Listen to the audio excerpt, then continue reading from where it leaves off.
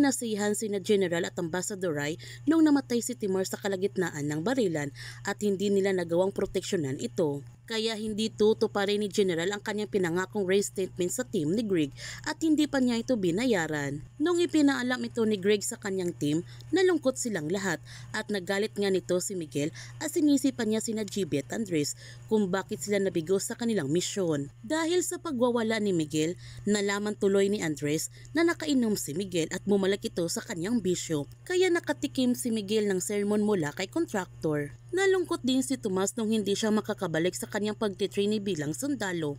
Sinabihan ni Gab si Tomas na kasama yon lahat sa misyon.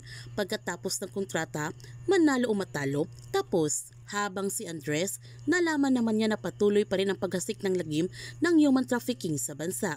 Kaya gustong-gusto na nga niya mahanap ang kanyang kapatid. At tutulungan pa siya ni GB ngayon upang mahanap ang kanyang kapatid. Nagtanong si Max sa kanila kung alam ba ito ni contractor. Ang sagot nila GB at Andres, hindi.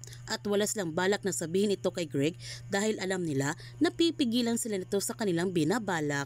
Gayunpaman, ipaghihiganti ni Clover ang pagkamatay na kanyang tito Timur at sisiguraduhin niya na mananagot ang may gawa nito. Pero hindi niya alam na siya na ngayon ang target ng team. Natunto naman ni Andres ang hideout ng mga taong dumukot sa mga inosenteng bata at mag-isa siyang lulusob nito para iligtas ang mga bata. Kaya huwag natin palalapasin ang kapanapanabik mga tagpo sa incognito. Kung bago ka pa channel ko, don't forget to like, subscribe, and click notification bell para palagi kang updated sa mga videos in-upload ko. Thank you for watching and God bless to everyone.